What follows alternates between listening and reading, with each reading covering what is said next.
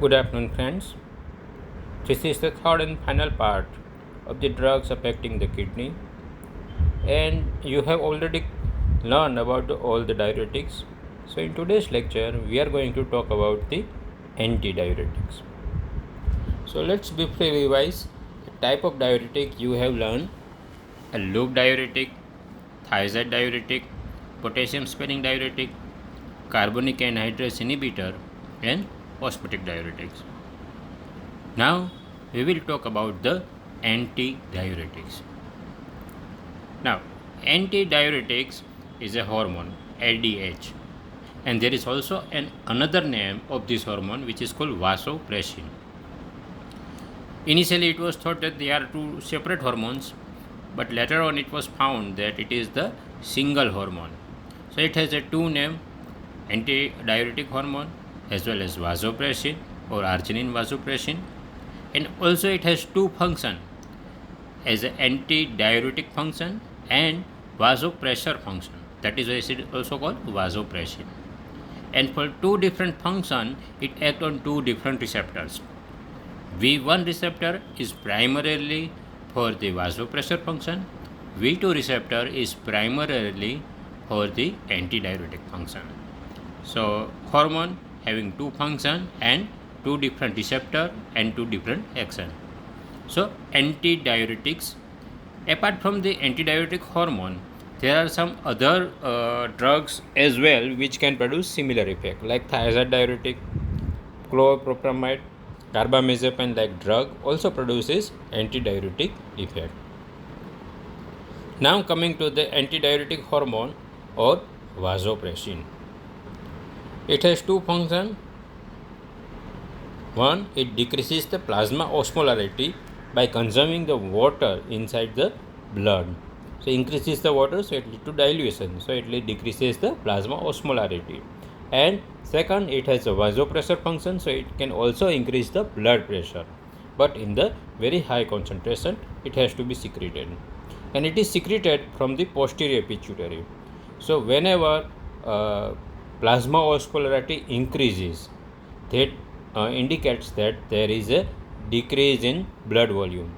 There is decrease in blood volume. So to compensate this decrease in blood volume and to ensure the adequate tissue perfusion, the antidiuretic hormone is secreted. So it does two functions. One, it preserves the water, so it will increase the blood volume. Second, it increases the blood pressure. So the transfer of the nutrients from the blood vessel to the tissue, from the capillaries to the tissue, can be easily made. So that is why it is secreted. So its primary function is to maintain the nutrition.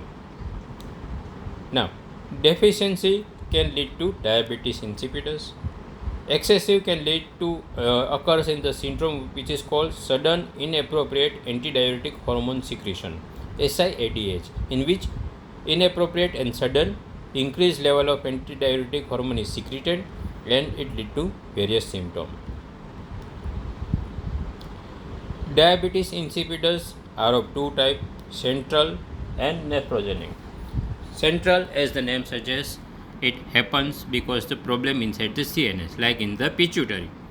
So it is also called neurological or neurohypophyseal diabetes insipidus. Mainly occurs as a result of either head injury, which may damage the posterior pituitary, or a tumor which may involve the posterior pituitary, or many times it is idiopathic, that the reason is not known, but somehow there is a damage to the posterior part of pituitary. Then there is nephrogenic diabetes insipidus. Here the antidiuretic hormone is secreted normally, but the collecting ducts, which is the main target of ADH, is not responding to the ADH hormone or vasopressin hormone. So here the kidney is not doing its function, it is not responding to the secreted antidiuretic hormone. Majority of the cases are idiopathic where the cause is not known. Other cases are usually secondary to either some drug which could be damaging the collecting ducts or due to heavy metal poisoning. SIADH or sudden inappropriate antidiuretic hormone secretion which usually occur as a result of either head injury, again due to pituitary damage. Now the different type of effect can occur, or due to meningitis, which lead to irritation and excessive secretion of the ADH, or due to encephalitis, again disease affecting the pituitary and leading to excessive secretion. So it is the posterior pituitary which is secreting the oxytocin and ADH. Mechanism of action, how ADH acts. ADH, particularly we are concerned with the antidiuretic function. So for the antidiuretic function, the V2 receptor is responsible, and for the vasopressor function, V1 receptor is responsible. So V2 receptor, which are present inside the collecting ducts in the basolateral side of cell membrane. Now when they are stimulated, they increases the production of aquaporin 2 channel. These channels are the channel which get attached inside the apical site and leads to the water entry inside the cell and then outside the cell into the blood vessel. Usually the cell of these collecting ducts are not water permeable. They do not allow the water to come inside because their function is to remove water. Kidney has to remove the water. So if water can freely pass through the cell, then absorption can occur and water cannot pass. So they are like plastic. They do not allow the water inside, absorption inside the collecting duct. But these special channels are channels. They are holes which are made to specially allow the water entry, and these holes or these aquaporin channels are created under the influence of antidiuretic hormone. More aqueous channel inserted, more water absorption can occur. So this is the diagram which is showing that under the influence of the antidiuretic hormone, more particular gene are transcribed and aquaporin channels are formed, which inserted on the tubular side and allows the water reabsorption in the collecting duct. Now, how the ADH is regulated and released? Like all other hormone, the ADH is under the influence of the pituitary. So pain, nausea, hypoxia, endogenous hormone can modify its secretion. Angiotensin, a potent stimulator of the vasopressin release. Angiotensin usually secreted when the blood pressure is going down, and when blood pressure is going down, we want to increase the blood volume is one of the mechanism to increase the blood pressure. So to increase the blood volume, we have to give something which increases the water inside the vessel. So angiotensin stimulate the ADH, and it leads to increased thrust as well as increased water absorption and increase in the blood volume. Then drug, congestive heart failure, cirrhosis of liver, prolonged use of diuretic, they all stimulate the antidiuretic hormone. Apart from that, there are many drugs which can stimulate or inhibit the antidiuretic hormone. In the inhibitor, you can remember alcohol, because it is very commonly known fact that after the alcohol injection there is increased urination because it is inhibiting the antidiuretic hormone. Some anti-epileptic drug like phenytoin and chlorpromazine can also produce similar function. A hormone glucocorticoid can also lead to this diabetes insipidus like effect, and lithium can also do that.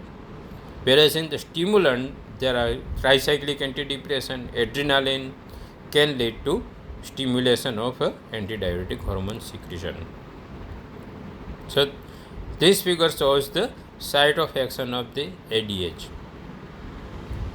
ADH receptor. There are three types of ADH receptor: V1, V2 and V3. And as I have already told you that V1 are particularly responsible for vasoconstrictor response, vasopressor response, and they are therefore found inside the vascular smooth muscle and also on the surface of the platelet and hepatocyte. Whereas V2 are found inside the collecting duct of the kidney, and their main function is to produce antidiuretic effect, whereas V3 is found in the pituitary. Now main function of the V1 is the vasoconstriction, smooth muscle contraction, and platelet aggregation. Whereas V2 has an anti-diuretic action as well as it increases the coagulation factor and von Willebrand factor. They can also lead to some of vasodilatation.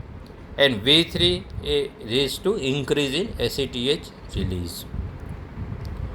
They all act by different mechanism like V1 particularly lead to ultimately increase in the calcium concentration. V2 leads to increase number of aquaporin channel, and by that way it produces its function. Now ADH, antidiuretic hormone or vasopressin analogs. First of all, vasopressin itself can be synthesized. A human recombinant vasopressin is available, but the problem is it is having a very short duration and it cannot be given orally because it is a peptide. It will be destructed by the gastric acid, and it has a non-selective action. It acts on both V1 and V2, so we may not be wanting both the function, and it has to be given parenterally or either nasal preparation. Nasal application is more preferred in mostly parenteral application is rarely used. Then desmopressin, which is analog of the vasopressin but longer duration of 2 hours. That was 20 minutes, this is a duration is 2 hours. Second thing, V2 receptors selective.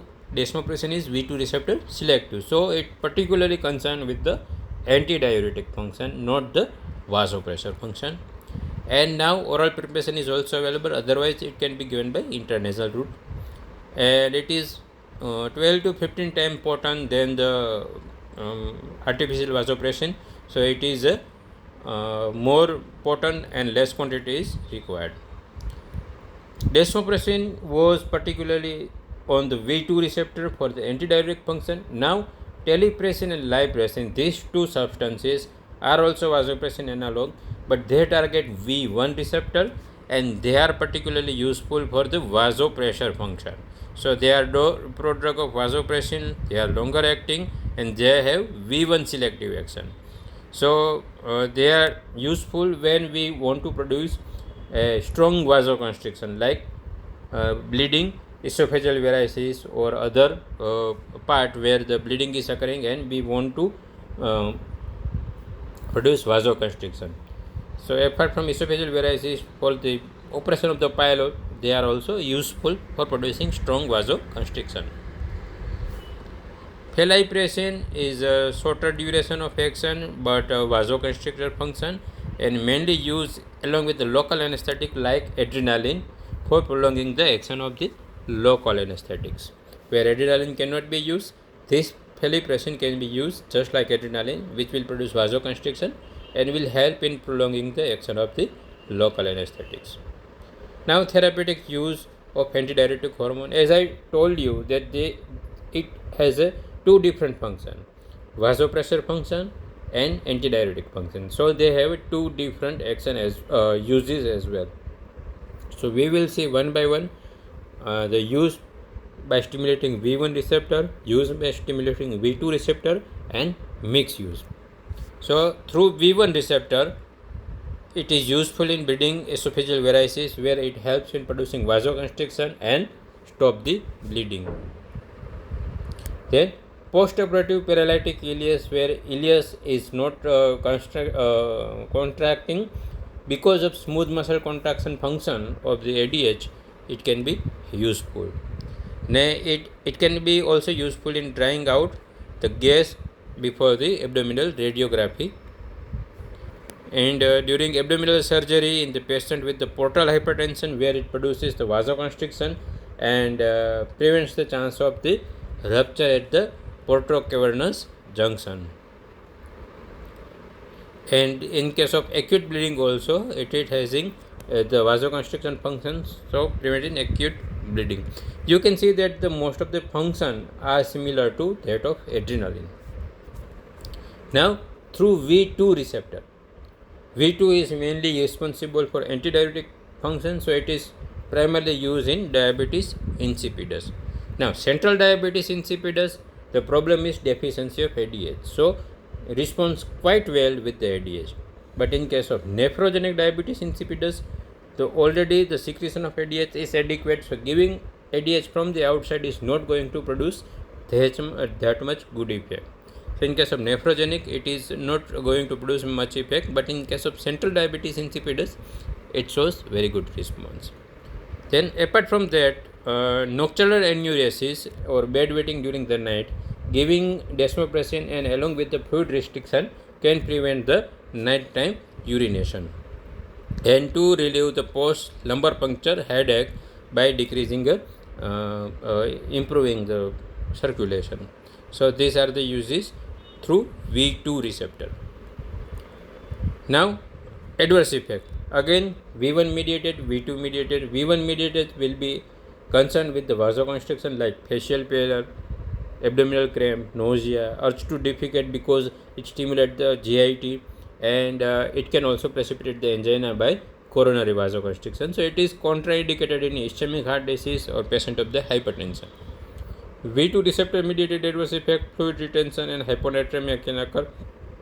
A dilutional hyponatremia can occur when excessive water is reabsorbed but sodium is not available. Then dilutional hyponatremia or other mineral dilution can occur. And combined adverse effect, because they are given by intranasal route, so irritation, ulceration, rhinitis and allergic reaction inside the nose can occur. So to summarize, it is released by posterior pituitary. It has both function as for the vasoconstriction as well as antidiuretic function. Water resorption occur from the collecting tubules of the kidney, and there this antidiuretic hormone produces the aquaporin channel and allow the water reabsorption. Apart from that, by V1 receptor it leads to constriction of the blood vessel. By V2 receptor it produces the antidiuretic function. Deficiency leads to diabetes insipidus. Excessive, there is SIADH, syndrome of inappropriate antidiuretic hormone secretion occurs. Thank you.